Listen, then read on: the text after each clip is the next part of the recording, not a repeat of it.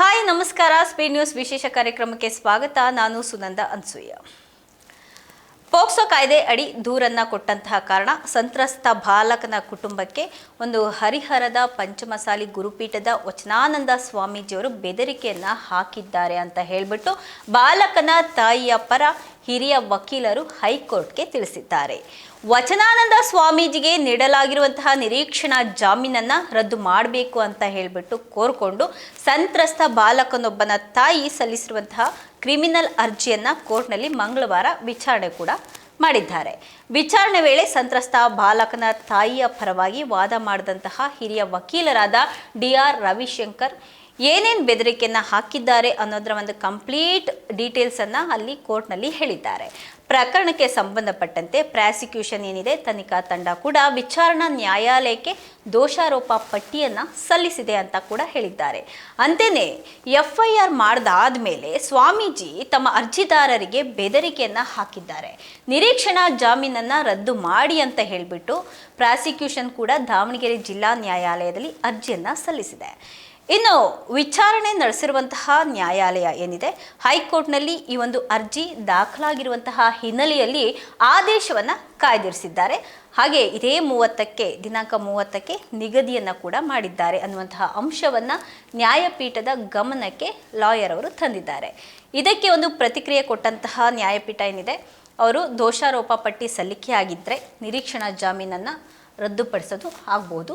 ನಿಯಮಿತ ಅಂದರೆ ರೆಗ್ಯುಲರ್ ಬೇಲನ್ನು ತಗೊಳ್ಳಿ, ನಾವು ಒಂದು ನಿರೀಕ್ಷಣಾ ಜಾಮೀನು ಏನಿದೆ ಅದನ್ನು ರದ್ದುಪಡಿಸ್ಬೋದು. ಈ ರೆಗ್ಯುಲರ್ ಬೇಲನ್ನು ತಗೊಳ್ಳಿ, ದೋಷಾರೋಪ ಪಟ್ಟಿ ಸಲ್ಲಿಕೆ ಆದರೆ ನಿರೀಕ್ಷಣಾ ಜಾಮೀನು ರದ್ದಾಗಬೇಕು ಅಂತ ಏನಿಲ್ಲ. ಆದರೆ ನಿರೀಕ್ಷಣಾ ಜಾಮೀನು ಮಂಜೂರು ಮಾಡಿರುವಂತಹ ವಿಧಾನ ಸರಿಯಾಗಿಲ್ಲ ಅಂತ ಹೇಳಿ ಪುನಃ ಅವರು ಒಂದು ಅಸಮಾಧಾನ ಏನಿದೆ ಅದನ್ನು ಹೇಳ್ಕೊಂಡಿದ್ದಾರೆ. ನಿರೀಕ್ಷಣಾ ಜಾಮೀನು ನೀಡಿ ವಿಚಾರಣಾ ನ್ಯಾಯಾಲಯ ಹೊರಡಿಸಿರುವಂತಹ ಆದೇಶವನ್ನು ರದ್ದು ಮಾಡಿ ಜೊತೆಗೆ ರೆಗ್ಯುಲರ್ ಬೇಲನ್ನು ತಗೋಬಹುದು. 2 ವಾರಗಳವರೆಗೆ ಸ್ವಾಮೀಜಿಯನ್ನು ಬಂಧನ ಮಾಡದಂತೆ ಆದೇಶವನ್ನು ಕೊಟ್ಟಿದ್ದಾರೆ. ಅರ್ಜಿದಾರರು ಈಗಾಗಲೇ ನಿರೀಕ್ಷಣಾ ಜಾಮೀನಿನ ಲಾಭವನ್ನು ಪಡೆದಿರೋದ್ರಿಂದ 10 ರಿಂದ 15 ದಿನಗಳ ಕಾಲಾವಕಾಶವನ್ನು ಕೊಟ್ಟಿದ್ದಾರೆ. ಜೊತೆಗೆ ಅಷ್ಟರಲ್ಲಿ ಒಂದು ನಿಯಮಿತ ಜಾಮೀನನ್ನು ಪಡೆದುಕೊಳ್ಳಿ, ಏನಿದೆ 10 ರಿಂದ 15 ದಿನಗಳ ಕಾಲಾವಕಾಶ ಏನಿದೆ ಅಷ್ಟರಲ್ಲಿ ಅವರು ಒಂದು ರೆಗ್ಯುಲರ್ ಬೇಲನ್ನು ತಗೊಳ್ಳಿ ಅಂತ ಕೂಡ ಕೋರ್ಟ್ ಹೇಳಿದೆ. ಅದೇ ಟೈಮಲ್ಲಿ ರಾಜ್ಯ ಪ್ರಾಸಿಕ್ಯೂಟರ್ BN ಜಗದೀಶ್ ದೋಷಾರೋಪ ಪಟ್ಟಿಯನ್ನು ಸಲ್ಲಿಸೋದಕ್ಕೆ ಮುಂದಾಗ್ತಾರೆ. ನ್ಯಾಯಪೀಠ ಪ್ರತಿವಾದಿ ಪರ ವಕೀಲರು ವಕಾಲತ್ತನ್ನು ಫಸ್ಟು ಸಲ್ಲಿಸಲಿ ಅಂತ ಹೇಳಿಬಿಟ್ಟು ಆ ದೋಷಾರೋಪ ಪಟ್ಟಿಯನ್ನು ಸ್ವೀಕಾರ ಮಾಡಿಲ್ಲ. ಇನ್ನು ವಿಚಾರಣೆಯನ್ನು ಇದೇ 25ಕ್ಕೆ ಮುಂದೂಡಲಾಗಿದ್ದು ವಚನಾನಂದ ಸ್ವಾಮೀಜಿ ವಿರುದ್ಧ ಸಂತ್ರಸ್ತ ಬಾಲಕನ ತಾಯಿ ಏನಿದ್ದಾರೆ 2026 ಮೇ 7ರಂದು ದೂರನ್ನು ಕೊಟ್ಟಿರ್ತಾರೆ. ಮೇ 8ರಂದು ಪೋಕ್ಸೋ ಕಾಯ್ದೆಯ ಅಂದರೆ ಲೈಂಗಿಕ ಅಪರಾಧಗಳಿಂದ ಮಕ್ಕಳ ರಕ್ಷಣೆ ಕಾಯ್ದೆ 2012ರ ಒಂದು ಅಡಿಯಲ್ಲಿ FIR ದಾಖಲು ಕೂಡ ಮಾಡಲಾಗಿತ್ತು. ಇದಕ್ಕೂ ಮೊದಲೇ ಅಂದರೆ ಮೇ 6ರಂದು ದಾವಣಗೆರೆಯ 2ನೇ ಹೆಚ್ಚುವರಿ ಜಿಲ್ಲಾ ಹಾಗೆ ಸೆಷನ್ಸ್ ನ್ಯಾಯಾಲಯ ಸ್ವಾಮೀಜಿಗೆ ನಿರೀಕ್ಷಣಾ ಜಾಮೀನನ್ನು ಕೂಡ ಮಂಜೂರು ಮಾಡಿತ್ತು.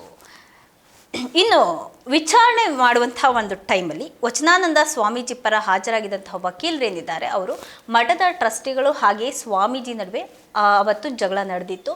ಸ್ವಾಮೀಜಿಯನ್ನು ಟ್ರಸ್ಟಿಗಳು ಮಠದಿಂದ ಹೊರಗಡೆ ಹಾಕಿದ್ರು. ಅದಾದಮೇಲೆ ಸುದ್ದಿಗೋಷ್ಠಿಯನ್ನು ನಡೆಸಿ ಸ್ವಾಮೀಜಿ ವಿರುದ್ಧ ಪೋಕ್ಸೋ ದೂರನ್ನು ಕೊಡ್ತೀವಿ ಅಂತ ಒಂದು ಹೇಳಿಕೆಯನ್ನು ಕೂಡ ಕೊಟ್ಟಿದ್ದಾರೆ. ಈ ಪ್ರಕರಣದಲ್ಲಿ ನಾನು ವಕಾಲತ್ತನ್ನು ಸಲ್ಲಿಸ್ತೇನೆ ಅಂತ, ಜೊತೆಗೆ ಇದೊಂದು ಸುಳ್ಳು ದೂರು, ನಾನಿನ್ನು ದಾಖಲೆಗಳನ್ನು ಓದಿಲ್ಲ, ನನಗೆ ಕಾಲಾವಕಾಶವನ್ನು ಕೊಡಿ ಅಂತ ಕೂಡ ಕೇಳಿದ್ದಾರೆ.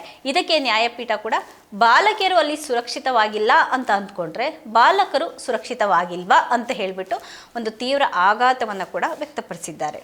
ಇನ್ನು ನ್ಯಾಯಾಧೀಶರಾದಂತಹ M ನಾಗಪ್ರಸನ್ನ ಯಾವ ಕಾರಣಕ್ಕೂ ಈ ನಿರೀಕ್ಷಣಾ ಜಾಮೀನು ಆದೇಶ ಹಾಗೆ ಉಳಿಯೋದಕ್ಕೆ ಸಾಧ್ಯ ಇಲ್ಲ, ಈ ರೀತಿಯ ಜಾಮೀನು ಮಂಜೂರು ಮಾಡೋದಕ್ಕೆ ಅವಕಾಶನೇ ಇಲ್ಲ, ಅದು ರದ್ದಾಗಲೇಬೇಕು, ಅದರಲ್ಲಿ 2 ಮಾತಿಲ್ಲ ಅನ್ನೋದನ್ನು ಕೂಡ ಸ್ಪಷ್ಟ ಮಾಡಿದ್ದಾರೆ. ಇದಾಗಿತ್ತು ಇವತ್ತಿನ ವಿಶೇಷ. ನಿರಂತರ ಸುದ್ದಿಗಾಗಿ ನೋಡ್ತಾ ಇರಿ ಸ್ಪೀಡ್ ನ್ಯೂಸ್ ಕನ್ನಡ. ಸುದ್ದಿ ನಿಮ್ಮದು, ವೇಗ ನಮ್ಮದು.